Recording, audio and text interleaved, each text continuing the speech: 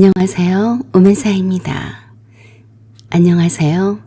저는 올해 48살이고 직장 생활은 20년 넘게 했고 결혼한 지는 18년째네요. 남편과는 대학 동아리에서 만나 4년 연애 후 결혼했습니다. 지금은 중학생 아들과 초등학생 딸 이렇게 두 아이를 키우며 살아가는 평범한 워킹맘입니다. 제가 다니는 회사는 중견기업이고 주로 사무직 일을 합니다. 워낙 꼼꼼한 편이라 잡무든 보고서든 묵묵히 잘 해내는 스타일이라 팀에서도 신뢰를 많이 받는 편입니다. 그렇게 20년 넘게 꾸준히 일하며 아이들 키우고 대출 갚고 월세에서 전세로 넘어가며 살림을 읽어왔습니다. 남편은 공기업에서 일하다가 작년에 명예퇴직을 했어요. 그동안 큰 탈 없이 회사 생활해왔고 저희 둘 다 안정적인 삶이 목표였기에 모은 돈은 다 미래를 위한 비천처럼 여겨왔습니다. 시어머니는 서울 근교에 살고 계시고 저만 보면 내리 3시간 말을 계속할 정도로 말이 많으신 분이세요.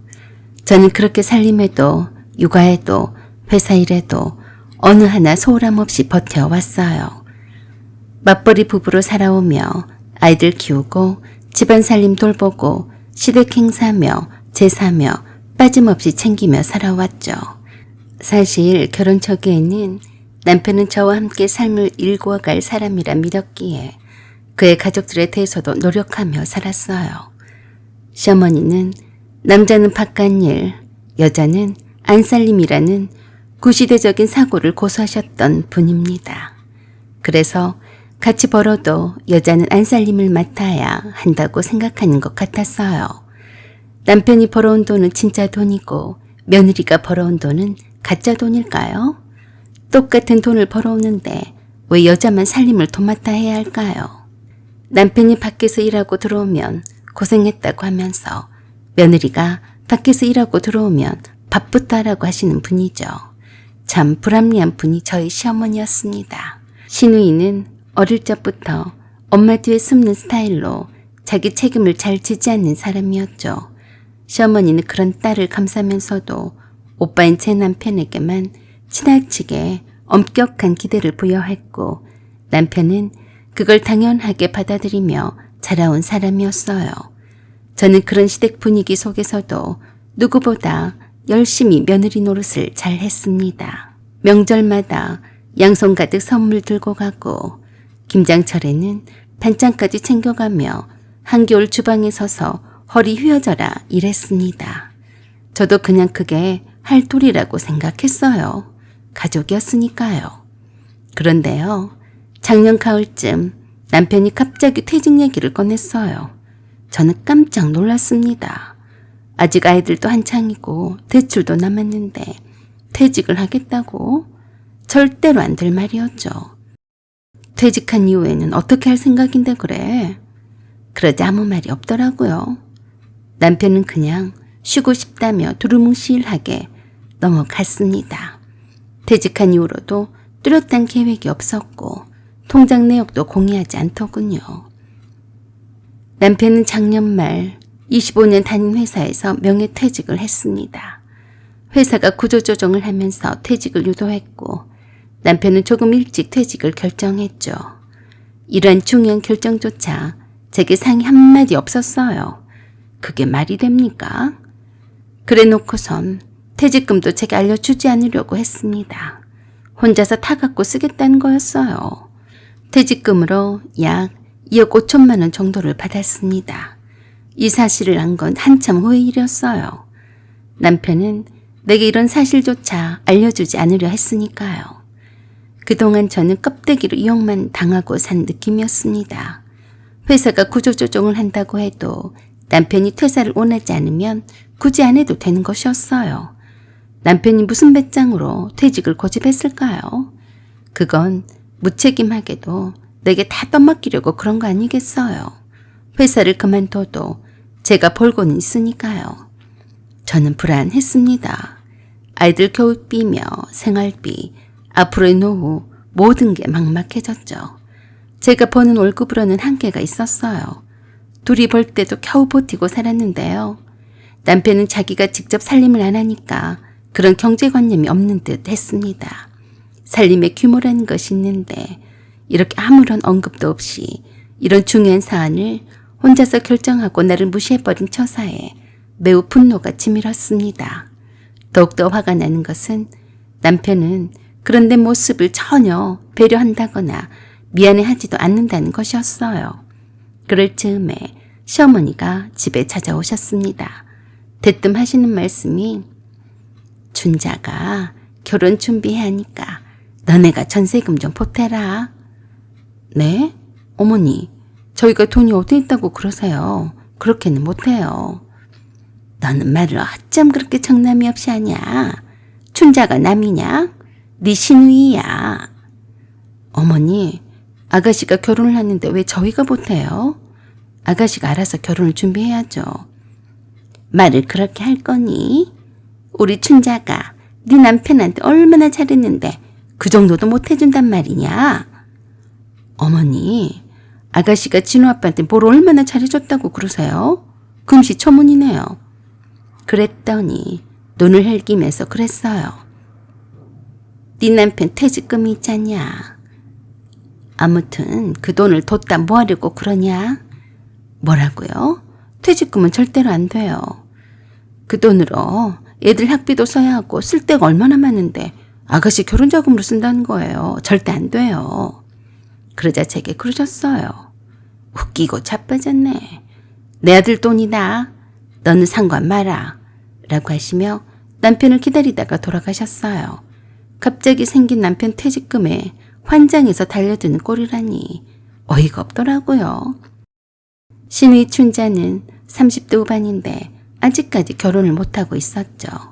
저는 너무 당황했어요. 저는 그때까지도 퇴직금을 아직 구경도 못 해봤습니다.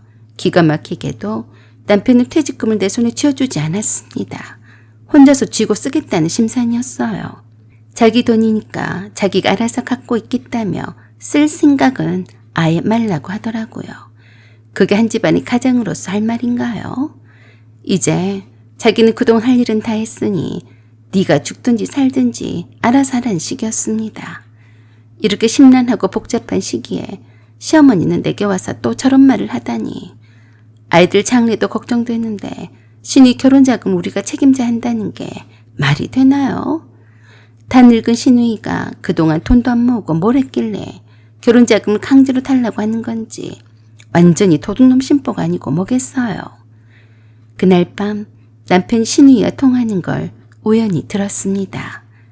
그때 너 아니었으면 나 정말 끝장이었지. 고마웠다. 라는 말을 듣는 순간 가슴이 철렁 내려앉았습니다. 결국 따져묻자 남편은 무거운 한숨과 함께 모든 걸 털어놓았습니다. 알고 보니 남편은 후배와 함께 코인에 손을 댔다더군요.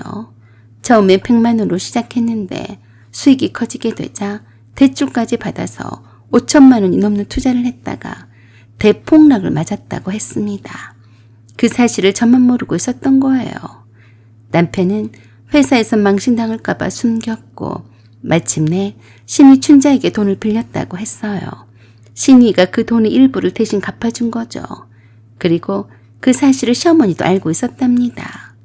알고 보니까 시어머니와 신우이가 이런저런 이유로 남편의 퇴직금을 노리고서 일부러 빨리 퇴직을 하라고 유도했던 겁니다. 그런데 정작 저는 아무것도 모른 채 남편의 퇴직마저 순수하게 믿고 받아들였던 겁니다. 그 순간 등골이 오싹해지더군요. 그들 셋은 알면서도 일부러 저만 모르게 했다는 사실이 소름이 돋았습니다. 어떻게 그럴 수가 있는 거죠? 남편에게 따져 물었지만 오히려 큰 소리만 쳤습니다. 내 퇴직금인데 네가 왜 신경을 써? 뭐? 네 퇴직금이라고? 그래, 내 돈이니까 내 맘대로 한 거야. 네가 뭔데 인상을 쓰고 달려드는 거야? 그렇게 무책임하게 말할 거야? 무책임하긴 뭐가 무책임해? 내가 내 돈으로 내 맘대로 하겠다는 건데 왜 간섭이야? 오히려 나를 나쁜 년 취급을 했습니다. 마치 남편의 퇴직금에 환장을 해서 탐내는 도둑년쯤으로 여겼어요. 내 돈이니까 너는 신경 꺼. 행이라도 엄마한테나 우리 춘자한테 이런 애 저런 애 말만 하기만 해봐. 내가 가만 안 둘 거야. 알았어? 가만 안 두면 어떻게 하겠다는 건데? 그냥 작사를 내버릴 테니까 알아서 해. 나를 아주 칠 생각인가 본데 한 대 치고 싶으면 쳐봐. 어디 한번 제대로 맞아보자. 라고 하며 내가 내 얼굴을 남편 면상에 들이밀었더니 허허 웃으며 그러더라고요. 내가 한 대 치라면 못 칠 줄 아냐? 좌우지가 집안 시끄럽게 쫑알대지 말고 조용히 살아. 간섭하지 말고 알았냐? 네가 이런 인간 말종이었니? 그랬더니 얼척없는 말을 했습니다. 인간 말종? 감히 멀쩡한 나를 인간 말종으로 몰아?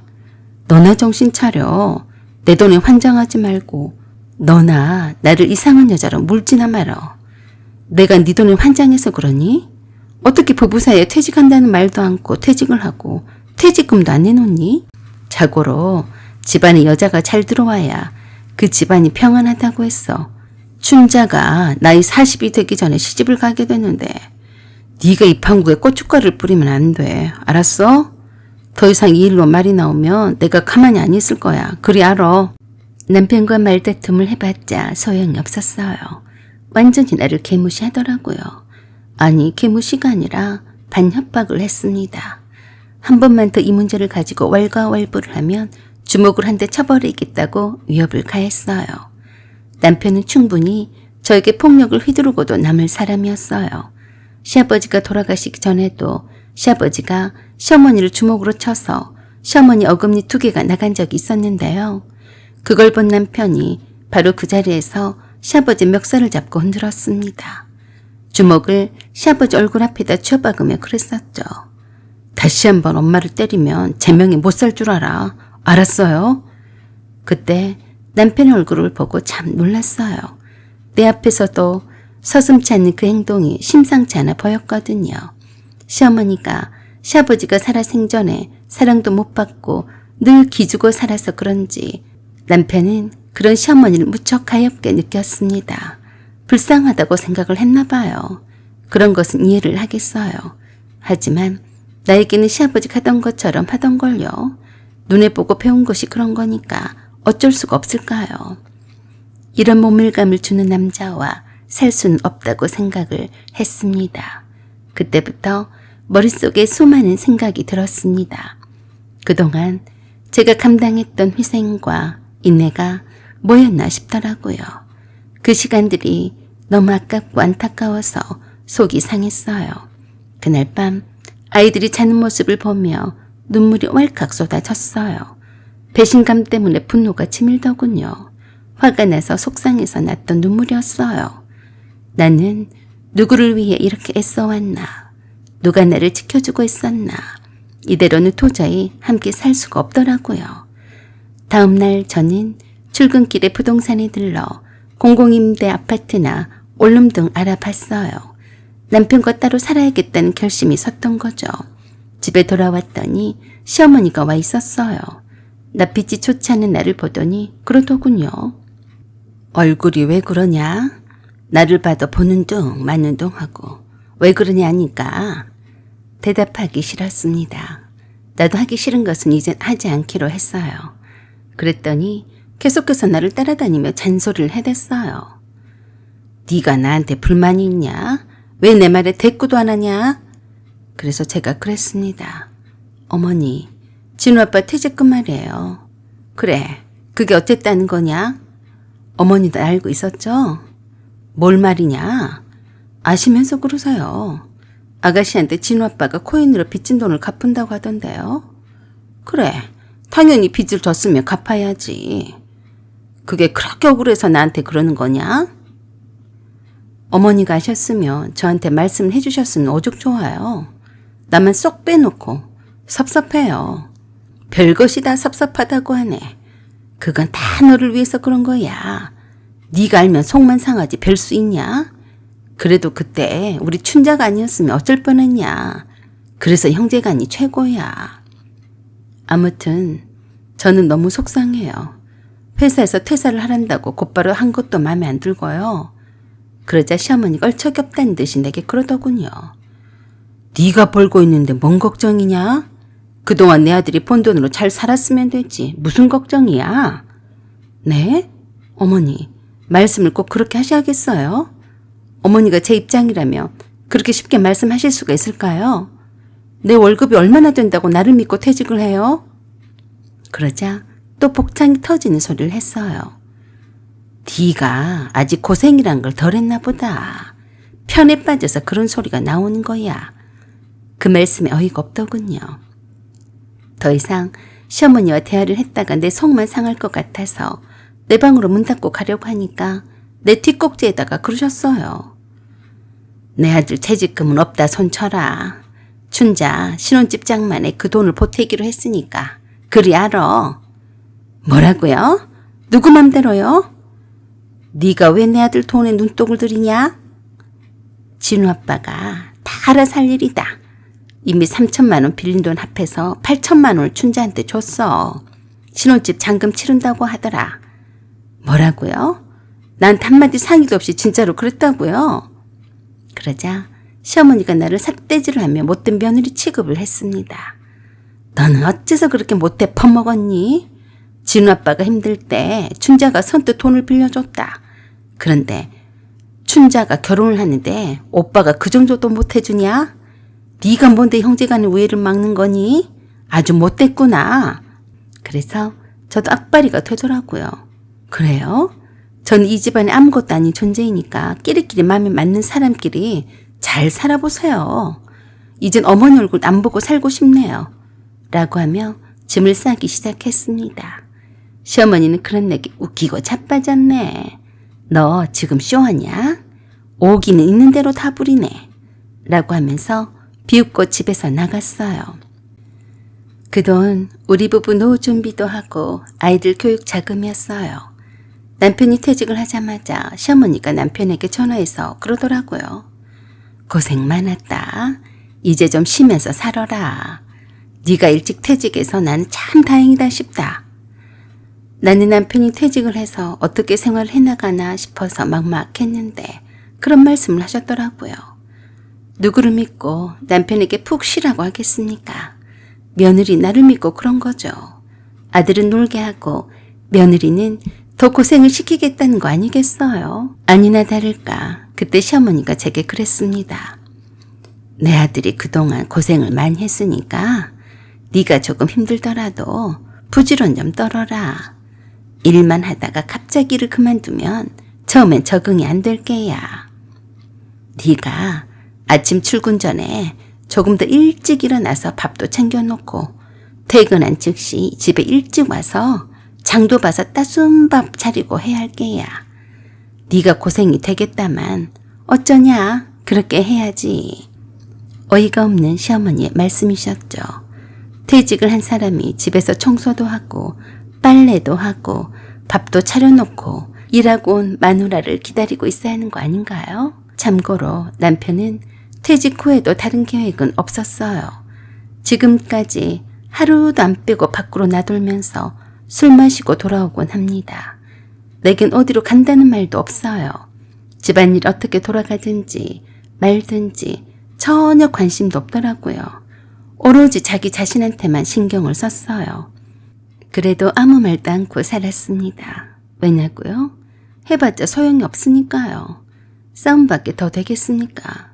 남자들이 갑자기 퇴직을 하면 우울하다고 하던데 집에 있는 것보다는 밖으로 돌아다니는 것도 낫다고 생각을 했는데요. 제 생각이 틀린 것 같습니다. 퇴직금을 내게 주지도 않고 혼자 쓰겠다는 남편을 지켜보는 내가 얼마나 불안하겠어요. 난 여태 단 한 번도 해외여행을 다녀온 적이 없었어요. 회사에서 보내주는 단체 패키지 여행 갔다 온 적이 있었어도 개인적으로 친구들과 또는 가족들과 함께 가본 적이 없습니다. 그런데요, 남편은 퇴직을 하자마자 부담 없이 훌쩍 해외여행을 떠나더군요. 그것도 내게 말 한마디 없이 상의 한 번 안 하고요. 나를 완전히 개무시하는 처사이죠. 남편이 해외여행 가겠다고 굳이 그러면 가지 말라고 하겠습니까? 남편이 혼자서 하고 싶은 대로 돌아다니다 보니까 제가 남편과 얼굴을 마주하고 얘기할 시간이 없었어요. 어느 날 캄보디아를 다녀왔던 남편을 붙잡고 말했습니다. 당신 퇴직금, 우리 집 대출 일부 갚고 아이들 대학 자금도 있어야 하잖아. 그랬더니 남편이 뭐라고 했는지 아세요? 진우 엄마, 지금 이 기회 아니면 어머니가 마음 편히 도와줄 기회가 없어. 돈이 조금 있을 때 도와줘야지. 엄마가 이번에 전세금도 올랐는데 이왕 그럴 바에야 다른 집으로 이사를 가고 싶으시대. 그래서 내가 보태드리기로 했어. 뭐? 얼마나? 8천만 원이야. 기가 막혔습니다. 8천만 원이라고? 그럼 퇴직금은 남는 게 없잖아. 우린 어떡하라고 그래? 그러자 버럭 화부터 냈습니다. 그게 네 돈이냐? 내 돈이야. 너나 내 돈에 침 흘릴 생각이랑 마라. 그리고 그 전세금 어차피 엄마가 돌아가시게 되면 우리 것이나 마찬가지야. 말은 참 쉽게 하더라고요. 신의 결혼자금과 빚진 돈 합해서 5천만 원에 시어머니 이사갈 비용과 전세자금으로 8천만 원에 미친 거 아닌가요? 그것도 나와 아무런 상의도 없이 말입니다. 그리고 며칠 뒤 시어머니랑 통화하면서 우연히 알게 된 충격적인 사실이 뭔지 아세요? 신의 신혼집 전세 계약도 이미 끝났고 돈도 이미 입금됐다는 거였습니다. 진우 엄마냐? 춘자랑 집 보고 왔다. 내가 그동안 우풍이 심한 주택에서 사느라 얼마나 힘들었냐. 따뜻한 아파트에서 사는 것이 소원이었는데 마침 춘자랑 받은 아파트가 있었는데 다행히 계약을 잘하고 왔다. 아파트면 전세가가 꽤 될 텐데요. 진우 아빠가 돈을 보탰다. 네? 진우 아빠가 돈을 보냈어요? 왜 그렇게 놀라냐? 네가 지금 내 아들이 나한테 돈을 보내는 게 마음에 안 드는 눈치구나. 그게 아니라 저 아직 결정이 안 난 상태인데 말도 없이 보냈으니까 그렇죠. 그럼 너는 내가 다 쓰러져가는 집에서 사는 것이 좋았단 말이냐? 어이가 없네. 너는 내 아들 덕분에 좋은 아파트에서 살면서 시어머니가 새 아파트도 아니고 허름한 아파트에 들어가 살겠다는데 그게 불만인 게야? 너 인성 한번 더럽구나. 네가 며느리인 주제에 그렇게밖에 마음을 못 쓰니? 어머니, 말씀이 심하시네요. 심하긴 뭐가 심하냐? 춘자도 이제 결혼을 해야 하는데 그 허름한 집에서 사위를 맞을 생각을 하니까 아득했었다. 다행히도 내 아들이 이런 내 마음을 잘 알아줘서 망정이지. 나도 남들처럼 아파트에서 따뜻하게 살아보는 게 소원이었어. 그게 그렇게 불만이냐? 오히려 나를 나무라며 못된 며느리로 몰아쳤습니다. 시어머니의 그 기나긴 잔소리를 듣고 있자니 답답하고 스트레스만 쌓여 가더군요. 그래서 그냥 도중에 시어머니 전화를 끊어버렸어요. 그랬더니 그랬다고 남편에게 전화를 일러 바쳤는지 남편이 내게로 전화를 내서 고래고래 소리를 질러댔습니다. 기운이 빠지더군요. 시어머니도 그렇고 남편도 그렇고 나보고 다 나쁜 며느리라고 떠듭니다. 저도 지쳐가나 봐요. 이젠 더 이상 화도 안 나고 아무 기력도 없어졌어요. 그래도 그날 밤 저는 남편한테 왜 상의도 없이 8천이나 된 돈을 줘버린 거야? 당신 퇴직금은 우리 노후자금 아니었어? 하지만 돌아온 말은 도돌이표였습니다. 내가 거듭말하지만 내 돈에는 관심 꺼. 알았어? 애들 둘 다 대학교도 들어가야 하는데 그건 어떻게 할 건데? 네가 벌잖아. 그건 네가 알아서 해. 그 순간 심장이 쿵 내려앉았어요. 벽에다 말하는 것이 차라리 나을 정도였어요. 정말 답답하고 또 답답했습니다. 대화가 안 되니까 저만 속이 상하기만 했어요. 내가 지금까지 무슨 짓을 하고 산 거지? 출산휴가 없이 복직하고 아이들 방학엔 새벽 출근에 야근도 마다하지 않으며 학원비에 쪼들려가며 살아온 게 누구 덕인데 내가 뭐하러 이렇게 사서 고생을 하는 걸까? 그래서 그날 밤 저는 남편에게 말했습니다. 앞으로 돈 문제는 당신이 알아서 해. 더 이상은 참지 않을 거야. 그리고 다음 날 제 개인 명의로 통장과 적금 상품을 다시 정리했어요. 나만의 미래를 준비하기로 결심한 거죠. 남편이 퇴직금을 내놓지도 않고 자기 돈이니까 탐내지 말라고 했던 것처럼 저도 내 노후 걱정 아니 할 수가 없었죠. 제 월급에서 생활비는 한 푼도 쓰지 않기로 했습니다. 아니나 다를까 남편이 퇴직했다는 이유만으로 남편은 생활비를 한 푼도 안 내놨어요. 그래서 밥도 안 차려줬습니다. 애들 반찬만 해놓고 아무것도 안 해줬어요. 해줄 이유가 없었죠. 손이 없어요. 발이 없어요. 밥은 남편이 직접 해먹어야죠. 남편은 내겐 남보다 못한 관계였어요. 집안일도 안 했어요. 애들을 위한 최소한의 것만 했습니다. 퇴근 후에는 수영장도 다니고 헬스장도 다녔어요. 저를 위해서 돈을 쓰기로 했습니다. 그리고 바로 회사에 반찬을 내고 법률구조공단을 찾아갔습니다. 내가 모은 예금통장, 아이들 학자금 펀드, 청약저축, 그리고 퇴직금 내역을 꼼꼼히 정리했습니다. 그러던 어느 날 난 애들과 함께 남편과 함께 살던 집에서 떠났습니다. 남편에게는 말 한마디 안 해줬어요. 남편이 친구들과 등산 모임에서 2박 3일 떠난 시점이었어요. 마침 시기가 잘 맞아서 저희가 살던 전셋집이 잘 팔렸고 그 전세금으로 다른 곳으로 이사를 가버렸어요. 그랬더니 남편이 등산을 갔다가 실컷 놀다가 와서 문이 안 열리자 당황을 한 모양이었습니다. 저는 그때 회사에서 일하고 있었는데 전화를 했더라고요.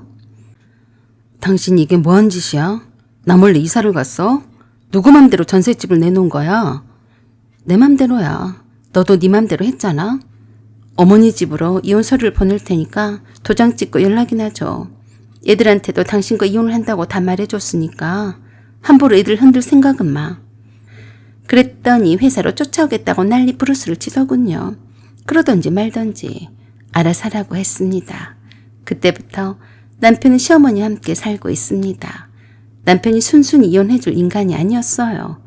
그 후로 1년 반 동안은 우여곡절이 많았지만 결국 이혼을 했습니다. 내 맘은 확고했으니까요. 그동안 남편은 내가 설마 진짜 이혼하겠냐 싶었는지 내게 그랬습니다. 너 애들 어떻게 키울 건데? 같은 말을 하며 으름장을 놨습니다. 근데 이상했어요. 도리어 남편이 그런 말을 하자 마음은 더 편안해졌고 나 자신에게 솔직해진 느낌이 들더군요. 결국 남편은 버티다가 협의 이혼을 받아들였습니다. 사인하는 날 도장 찍는 손이 조금은 떨렸습니다. 하지만 내 얼굴은 한없이 단호했고 마음엔 후련함이 밀려왔습니다. 아이들 양육료는 내가 가져왔고 남편은 양육비로 월 80만 원씩 보내기로 합의했습니다. 물론 지키는지는 또 다른 문제였지만요. 그렇게 나는 결혼 생활 18년 만에 정말 내 인생을 다시 시작하게 되었습니다. 처음엔 불안했지만 너무도 명확하게 느꼈어요. 그동안 나답지 못하게 살아왔다는 것을 말이죠. 이왕이면 이혼을 하지 않고 살면 좋겠지만 그렇지 않으면 죽을 때까지 당하고만 살 테니까 그건 내 인생에 전혀 도움이 안 되겠죠. 주말이면 작은 카페에 가서 라떼 한 잔을 마시며 내가 겪은 지난 세월을 곱씹곤 합니다. 다시는 그 시절로 돌아가고 싶지 않다는 생각이 듭니다. 그리고 문득 나 자신에게 속삭입니다. 이제부터가 진짜 나의 인생이야. 사연은 여기까지입니다. 구독과 좋아요, 알림 설정 부탁드려요. 감사합니다.